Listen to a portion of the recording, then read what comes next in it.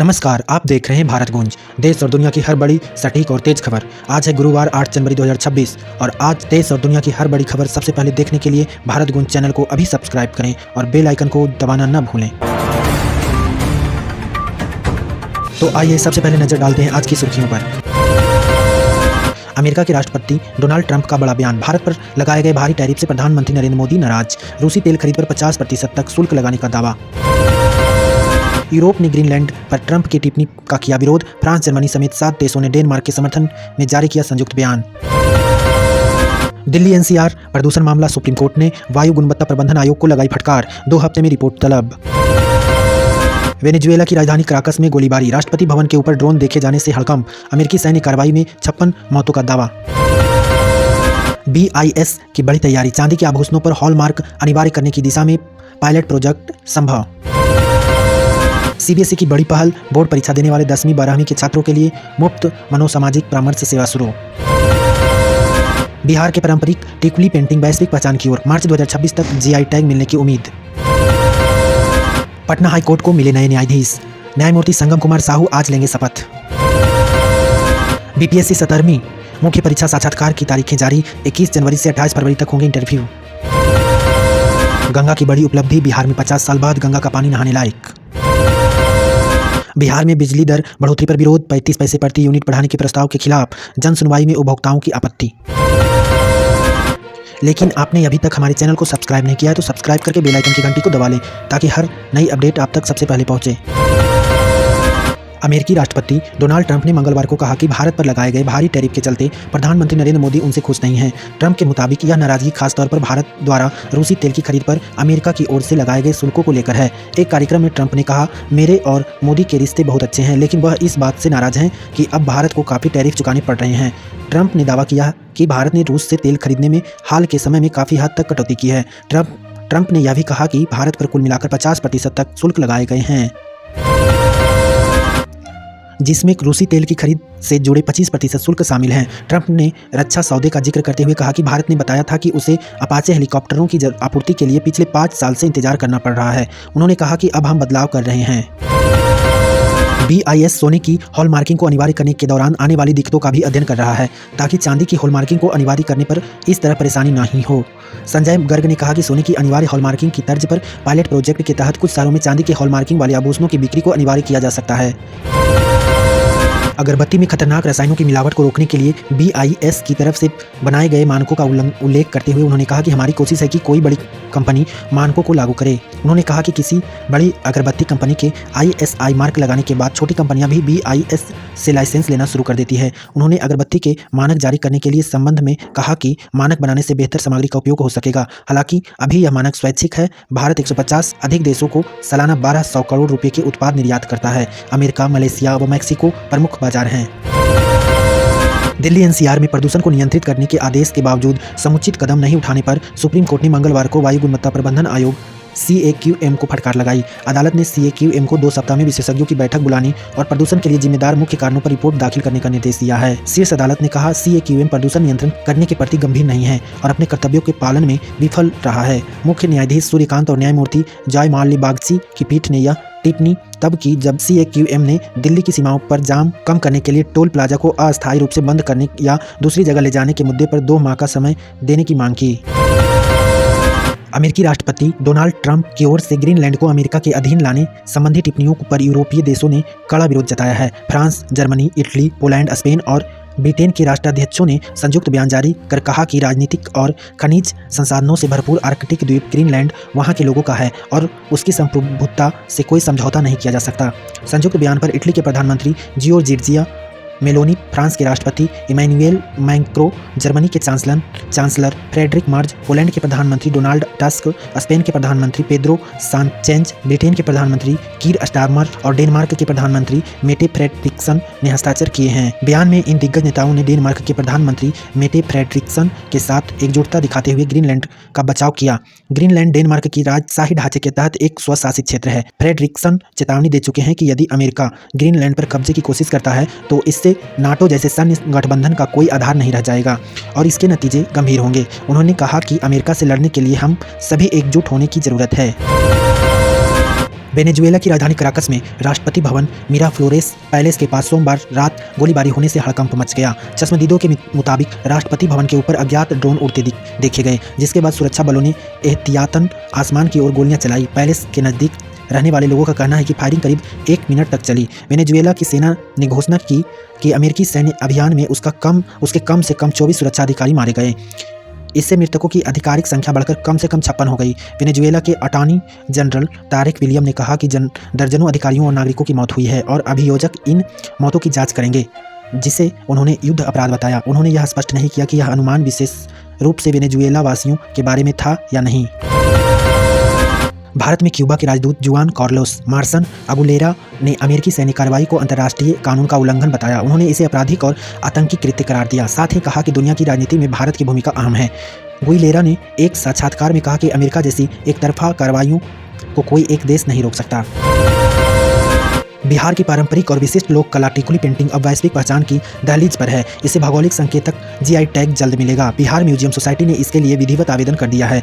आवेदन पर अब तक 2 बार क्वेरी आई। सभी जरूरी दस्तावेजों के साथ जवाब दे दिया गया। उम्मीद है कि मार्च 2026 तक टिकुली पेंटिंग को जीआई टैग मिल जाएगा। इस कला को अंतर्राष्ट्रीय पहचान मिलेगी। कारीगरों के लिए रोजगार, बाजार और बेहतर कीमत के नए अवसर मिलेंगे। कलाकारों और कला प्रेमियों की नज़र मार्च 2026 पर टिकी है। केंद्रीय माध्यमिक शिक्षा बोर्ड सीबीएसई ने कक्षा 10वीं और 12वीं के छात्रों के मानसिक और भावात्मक स्वास्थ्य को ध्यान में रखते हुए एक महत्वपूर्ण पहल की है। बोर्ड की ओर से 6 जनवरी से 1 जून तक परीक्षा में शामिल होने वाले छात्रों के लिए वार्षिक निःशुल्क मनोसामाजिक परामर्श सेवा का पहल चरण शुरू किया जाएगा।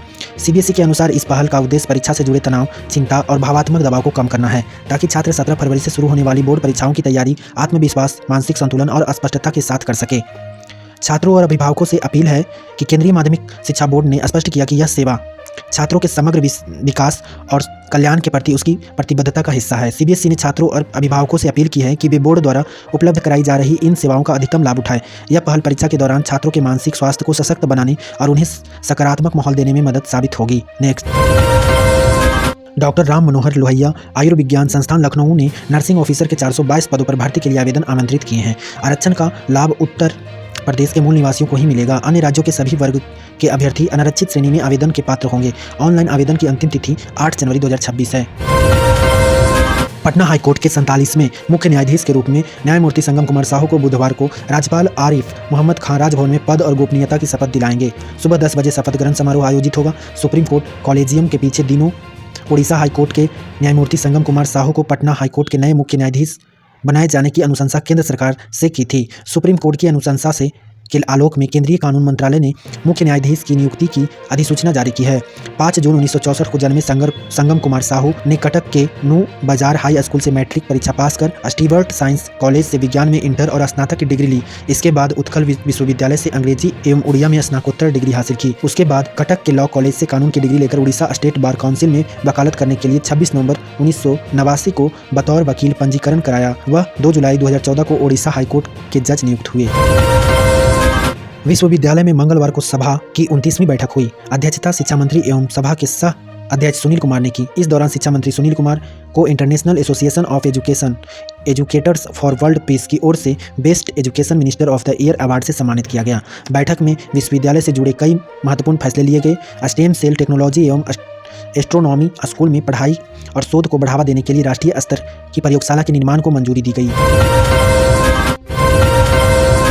राज्य के पूर्व डीजीपी और वरिष्ठ आईपीएस रहे आलोक राज ने मंगलवार को बिहार कर्मचारी चयन आयोग बीएसएससी के अध्यक्ष पद से इस्तीफा दे दिया। उन्होंने 1 जनवरी 2026 को ही बीएसएससी के पूर्वकालिक अध्यक्ष की जिम्मेदारी संभाल ली थी। मुख्य सचिव और सामान्य प्रशासन विभाग को भेजे गए पत्र में आलोक राज ने इस्तीफे की वजह निजी बताई है। पूर्वकालिक अध्यक्ष के रूप में आलोक राज का कार्यकाल मात्र 5 दिनों का रहा। वे 31 दिसंबर 2025 को बिहार पुलिस के डीजी महानिदेशक पद से मुख्य सचिव को इस्तीफा भेजा। वजह निजी बताई। सेवानिवृत्ति हुए थे। सामान्य प्रशासन विभाग ने उसी दिन उनको 1 जनवरी 2026 के प्रभाव से अगले 5 वर्षों के लिए बीएसएससी का पूर्वकालिक अध्यक्ष बनाने की अधिसूचना जारी की। अधिसूचना जारी होने के बाद उन्होंने 1 जनवरी 2026 को पदभार ग्रहण कर लिया और महज 5 दिन बाद ही निजी कारण बताते हुए इस्तीफा दे दिया। बिहार लोक सेवा आयोग ने 17वीं मुख्य परीक्षा में सफल उम्मीदवारों के लिए साक्षात्कार की तिथि सहित तमाम जानकारी आयोग की वेबसाइट पर उपलब्ध करा दी है। आयोग के अनुसार साक्षात्कार का आयोजन 21 जनवरी से 28 फरवरी तक आयोग कार्यालय पटना में किया जाएगा। पहले चरण का साक्षात्कार 33 दिनों तक चलेगा।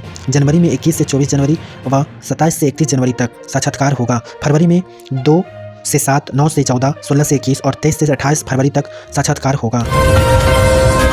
बीते 5 वर्षों में बिहार में गंगा के प्रदूषण में लगभग 95% की कमी आई है। इससे गंगा अब आधिकारिक रूप से उपलब्ध आंकड़ों के अनुसार 50 साल से अधिक समय बाद नहाने लायक हो गई है। दरअसल गंगा के पानी को गंदा करने वाला प्रमुख कारक कोलीफॉर्म बैक्टीरिया घटकर 2055 MPN सबसे संभावित संख्या प्रति 100 मिलीलीटर पहुंच गया है। वर्ष 1982 में गंगा का पानी में 55,403 फीकल कॉलीफॉर्म बैक्टीरिया पाया गया था। उस समय 1985 में गंगा एक्शन प्लान लाया गया था, फिर भी गंगा नहाने लायक नहीं बन पाई।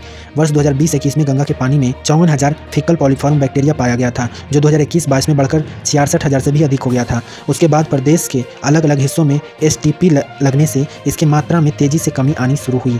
बीते समय तक इसकी मात्रा 9,000 से अधिक थी, जो नहाने के लिए तय अधिकतम मानक से लगभग 4 गुना अधिक। लेकिन 6 नए स्थानों पर STP चालू होने से अब पूरे प्रदेश के गंगा जल का औसत फीकल कॉलीफॉर्म बैक्टीरिया घटकर 2055 यानी 2055 पर आ गया है। ऐसे में अधिकतर स्थानों पर गंगा का जल फिर से नहाने लायक हो गया है। नीतीश कुमार जल्द ही एक बार फिर से प्रदेश की यात्रा पर निकलेंगे। प्रगति यात्रा के बाद यह उनकी 16वीं यात्रा होगी। आधिकारिक रूप से उनकी नई यात्रा की तारीख तय नहीं हुई है, पर माना जा रहा है कि खरमास बाद यात्रा पर निकल सकते हैं। इसके लिए आधिकारिक रूप से योजना बन रही है। सूत्रों के अनुसार मुख्यमंत्री की नई यात्रा 2 से 3 चरणों में हो सकती है। बजट सत्र की वजह से कुछ दिनों के लिए यात्रा रुक सकती है। इसके पहले मुख्यमंत्री ने 23 दिसंबर 2024 से 30 जनवरी 2025 तक प्रगति यात्रा की थी। इस दौरान उन्होंने बड़ी संख्या में आधारभूत संरचनाओं के निर्माण की घोषणा की थी, जिन पर काम चल रहा। मुख्यमंत्री अपनी यात्रा में पिछले वर्ष में घोषित योजनाओं के काम को भी देखेंगे। वे CM महिला रोजगार योजना का हाल भी जानने की कोशिश करेंगे। मुख्यमंत्री की यात्रा के संबंध में जानकारी के अनुसार ठंड के कम होने का भी इंतजार किया जा रहा है। हालांकि मुख्यमंत्री नीतीश कुमार ने 4 डिग्री की कड़ाके की ठंड और चिलचिलाती कड़ी दोपहरिया में भी अपनी यात्रा की थी, पर अभी यह देखा जा रहा है कि मौसम इस तरह से ठीक हो जाए कि नियमित रूप से हेलीकॉप्टर उड़ने में कोई दिक्कत नहीं हो। विद्युत नियामक आयोग परिसर में मंगलवार को हुई जन सुनवाई में राज्य भर से आए उपभोक्ताओं ने साफ कहा कि बिजली कंपनियों का सभी श्रेणी में 35 पैसे प्रति यूनिट की दर बढ़ाने का प्रस्ताव मंजूर नहीं होना चाहिए। लोगों ने दलील दी कि पहले से ही बिजली बिल का बोझ बढ़ा है।